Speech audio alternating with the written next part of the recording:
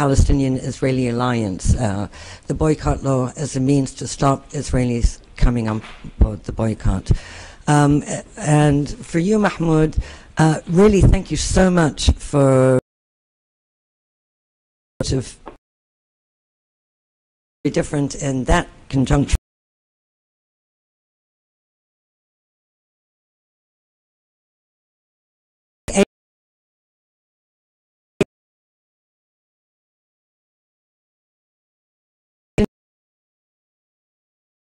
Is basically trying to movement. The types of politics and recommendations that you're talking about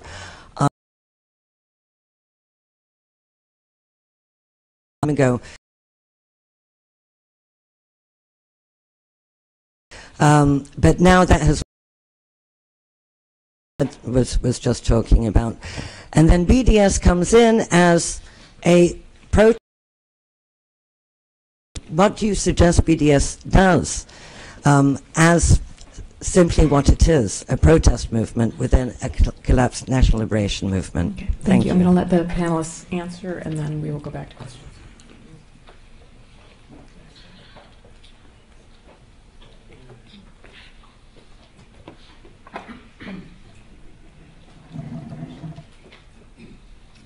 I guess the last question, right? I think it's a very important difference that you've pointed out, and I'm going to resist every temptation to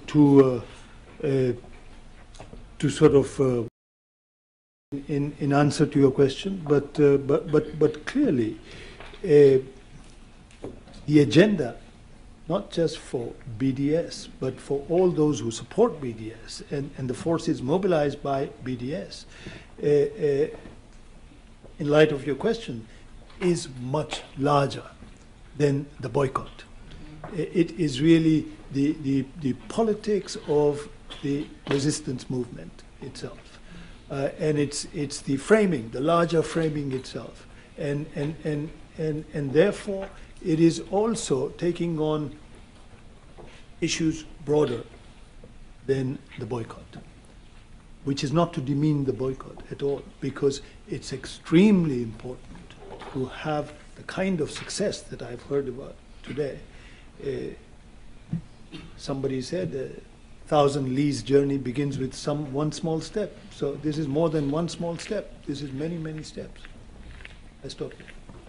Rashid, do you want to partly address the apartheid question and then move to I'm not really the person to answer Rula's question about this law. I mean, maybe Ahmad will address it. I'll address the American aspect of it. I mean, it may bring down the Israeli government and give us an even more right-wing government, if that's imaginable. But I'll leave that. I'll let Ahmad speak to that. I mean, he actually lives there. He can tell us much more than I can. And there are a few other people here who could perhaps do that. My short answer to your question, would the passage of such a law, such an overtly ethnocratic, racist, exclusionary, supremacist law, which sort of dots the I's and crosses the T's, exactly as Ahmad put it, would that necessarily lead to change in the United States? No, absolutely not. Congress lives in an entirely different world. If the mainstream media reports it, which it barely will, it'll be spun in the most favorable light by some of these people whom the billions of dollars of Hasbara money pay for. And I actually don't think it'll have an impact in the short run. But I don't think we should be looking in this country at the short run. I think we should be looking at the shift that's going on underneath the surface. The political level is impervious. The institutions that purport to represent the Jewish community are impervious. The mainstream corporate media are impervious, or almost impervious, to a lot of this. But what's happening at every other level indicates that, yes, it will have an enormous effect. It'll affect debates inside synagogues and debates that will lead people to leave synagogues. It'll affect debates on campuses. It'll affect debates in churches. It will affect public opinion in the United States. So the numbers you saw after the Gaza war will change even more. But it won't affect the political level. Absolutely not. Until campaign contributions, until older people who vote are matched by younger people who vote, until non-whites vote more than they do, and older whites vote less. Till all of those things change, the politicians aren't going to budge. The policy of this country won't change. It'll take more than that law, in my view, to change this country. Alma? On the Greek Orthodox priest, there are several issues at hand. If you've read Frantz Fanon or Paulo Freire, quite often in the oppressed communities, you have people who are colonized in their minds, and Palestinians are no exception.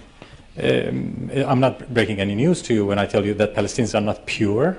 We have our traitors, and we have our collaborators, and we have our resistance, and it's a mixed bag, like every other people on earth.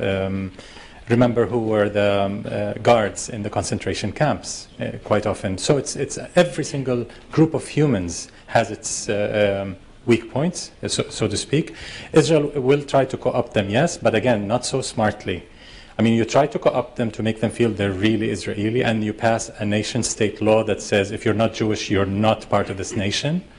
Not very smart, right? I mean, you can try co-optation some other way, but that doesn't work quite well. And of course, it's the good old colonial divide and rule. Try, but it's not succeeding. I agree. It's representing absolutely nobody. It's just a media thing that they use. On Rula's question, if the nation-state law passes, would it grow BDS? Yes, absolutely. Just the discussion about it has already helped us in the last week or so. If you look at the mainstream media, how they're referring to this law, no one is able to defend it, not even the Zionist lobby in this country. They're not able to defend it. Because if you hold a mirror to their face and tell them, would you like the same law in the United States? A Christian state, where Jews and others cannot enjoy equal rights based on their identity. Would you like that? If you so love Israel, how about emulating that beautiful democratic experience in this country? Would you like that? And no one wants to stand in front of that mirror. But it certainly is helping, not theoretically. Even without passing, it's helping BDS grow. Again, it's dropping the last mask. It's revealing the true nature of this settler colonial apartheid occupying state. Is the apartheid dimension important in our struggle? Absolutely. Many Palestinians dispute that. This is not a consensus issue among Palestinians, although BDS is pretty much a consensus document. But many Palestinians would argue they're doing to us much more than apartheid.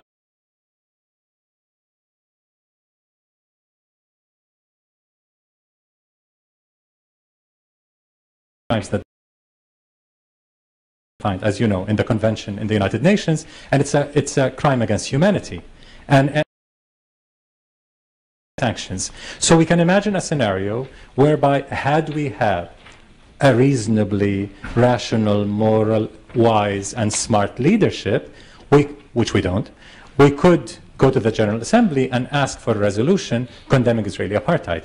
That will open, the doors of hell on sanctions. It will really help advance sanctions. But that's far in the future, it seems.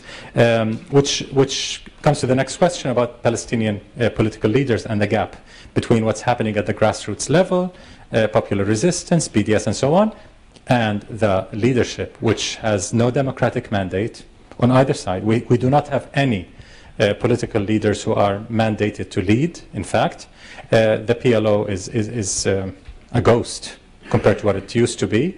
That is our biggest problem as a people.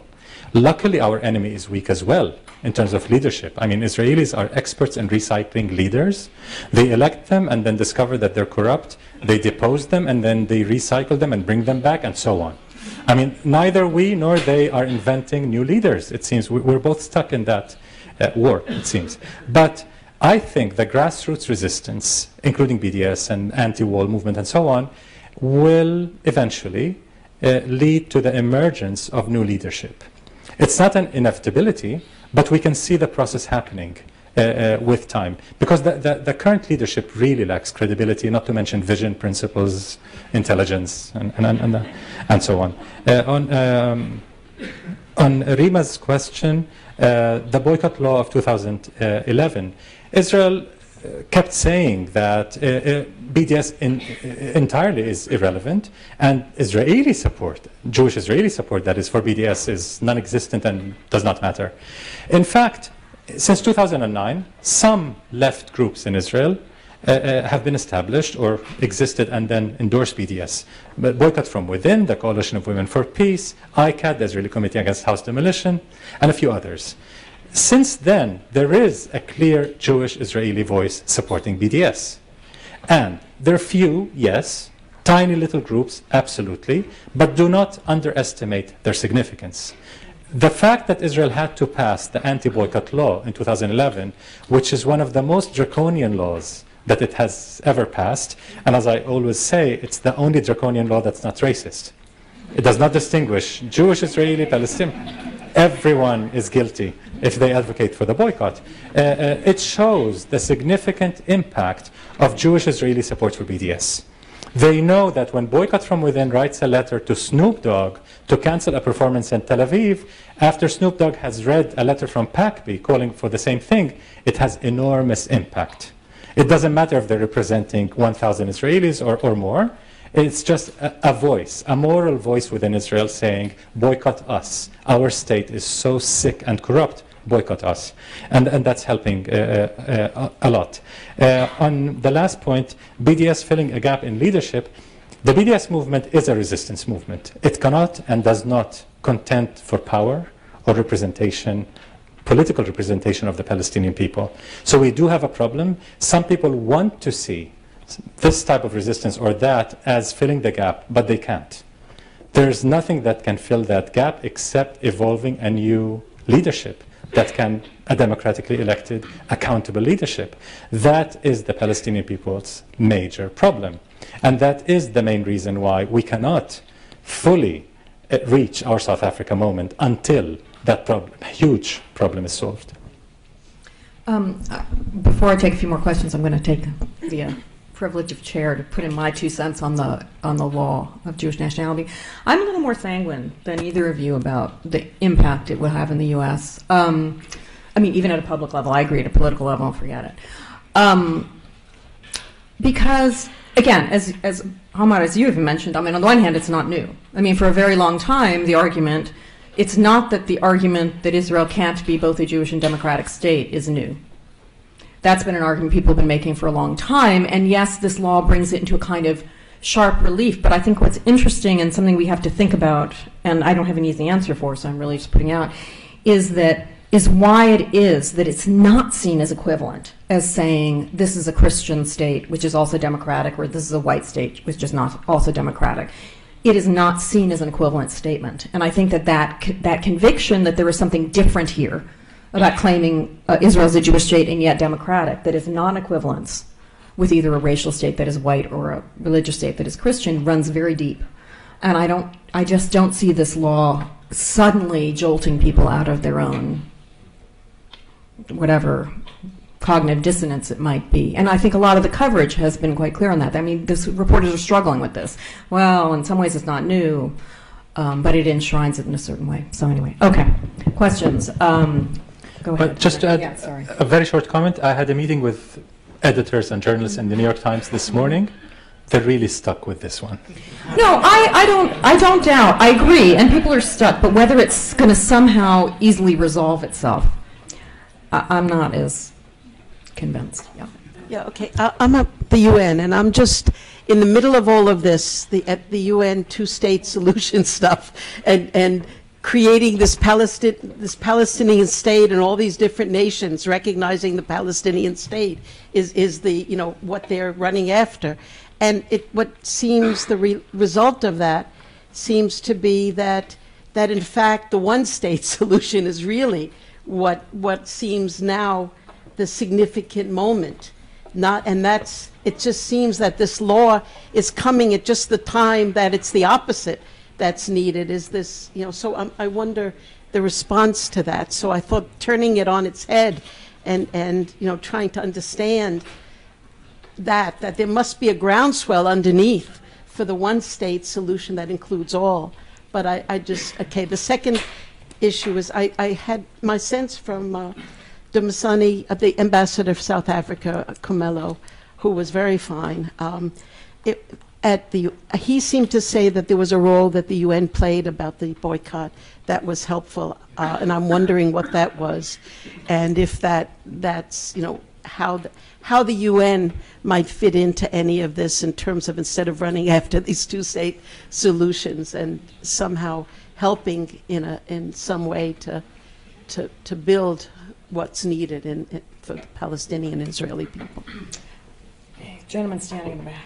I have a very short question. Go to the mic. For Mr. Barghouti. Can you hear me? I'll shout. It's very short. Do you believe that the Jewish people have a right of self-determination? I know Professor Mamdani said he doesn't think they need it, but the question is, they want it. Do you think that they have that right? And if so, where should it be? Sir, right here. This question for Omar. So to follow on Professor Hamdani's last note is that, do you and the BDS leadership have a vision for what the one Israeli-Palestinian nation would look like that's integrated society, and does it offer that vision a sense of security for the Jewish people there? Okay, let me take one more question. Go ahead.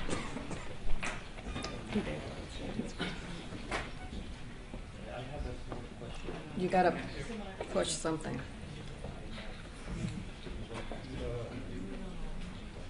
So, Catherine, are law students really good at this? Like, they get it right? Because we're obviously.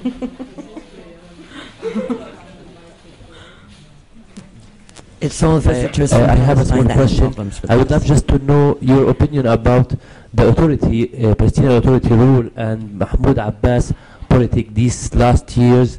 How do you see it from inside in Palestine, and how do you see it from outside, from the West, and how does it help or doesn't help the BDS to improve and not improve?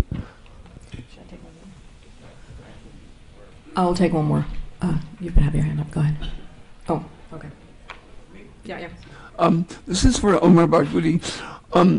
Again, this question ties in with what was asked by this gentleman. As you know better than me, Arafat, before recognizing the two-state solution, proposed a binational state.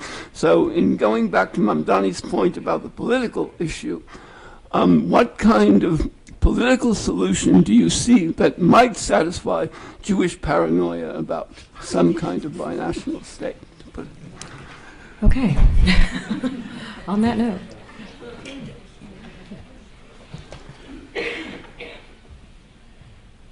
Okay.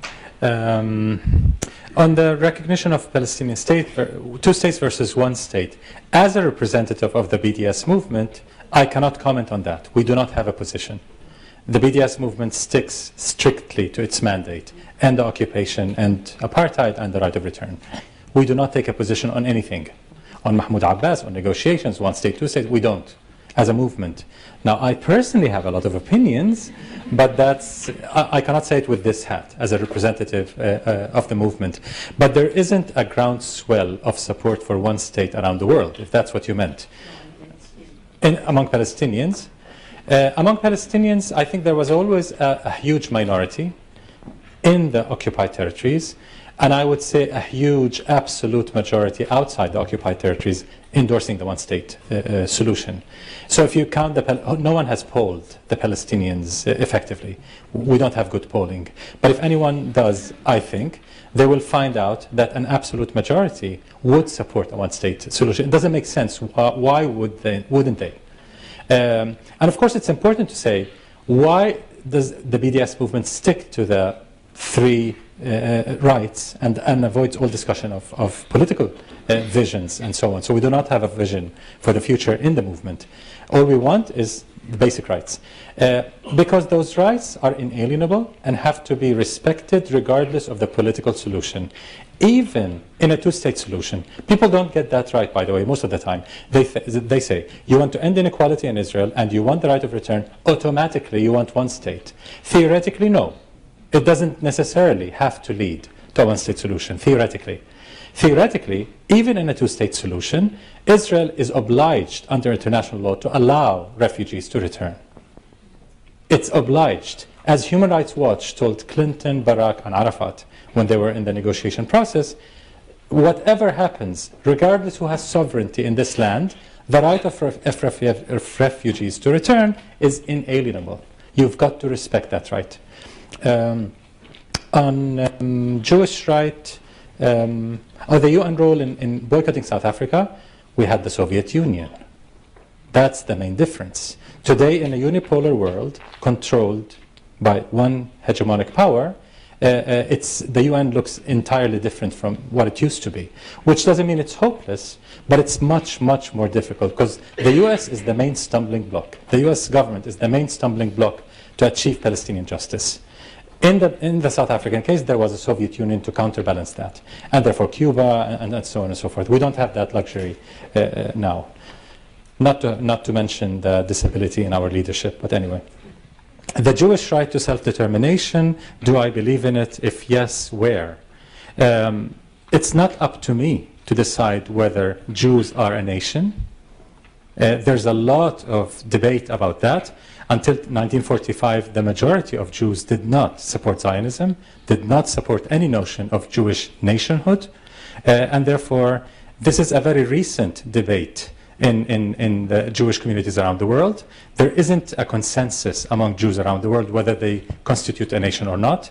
Shlomo Sand wrote about this, some Israeli intellectuals, Jewish intellectuals in this country, and many, many others have discussed this issue. So it's not up to me as a Palestinian to decide for Jewish communities whether they form a nation or not, let alone where, if they do form a nation, where they should have their state. One thing I do know, not at my expense.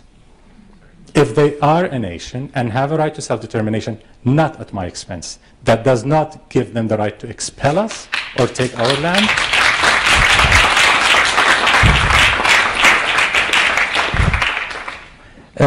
Vision for the future, I said we don't have a vision for the future in the BDS movement except an outcome that respects human rights for everyone. So because it's a human rights movement, not a political movement.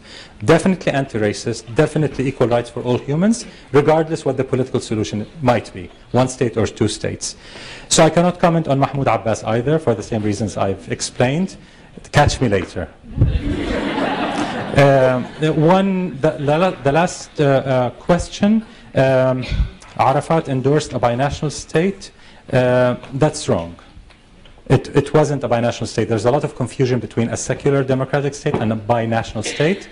I'm not aware of any Palestinian leader who has ever endorsed a binational state. Binationalism is a Zionist creation that believes that Jews constitute a nation that has a right to self-determination in Palestine, equal right to the indigenous Palestinian population. A very Zionist notion, not a Palestinian notion at all. So Palestinians who support one state are not binationalists. They are supporters of a secular democracy. It's quite different. Okay, we have reached our allotted time. I want to thank very much. Oh, you had a question. What was this question? Sorry. If the authority helps the BDS or not? Oh. That's going to be a quick answer. My question was, does the politics of the authority, especially Mahmoud Abbas, these last years... Yeah, I did respond, but you were talking. I said I cannot comment on Mahmoud Abbas publicly as a representative of the BDS movement. Yes, Rashid can. Okay, Rashid, we're giving you the final word. And I most likely would agree with Rashid. But you didn't say that publicly. He agreed in his personal capacity, if he agrees at all. No, the Palestinian Authority has not, from where I am, supported any of these kinds of measures of popular resistance.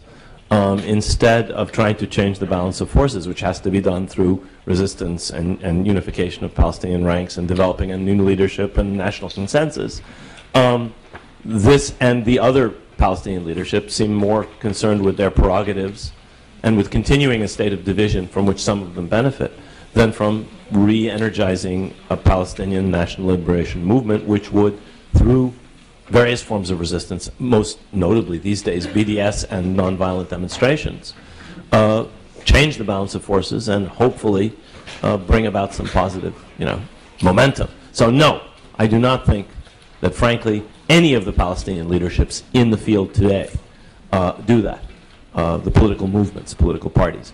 The only good things are coming from below, are coming from civil society, are coming from the grassroots. And there are a lot of them, many more than we realize. And those are where I would hope one day, together with people who have suffered in prisons and otherwise, you're going to get a different and a better Palestinian leadership. And I agree with Omar. I think that's an absolute precondition for the Palestinians eventually having the wisdom to figure out some of the issues that Mahmoud, I think, very astutely talked about South African national movement figuring out. We're not yet there. In fact, we're far away from that, I would argue, unfortunately.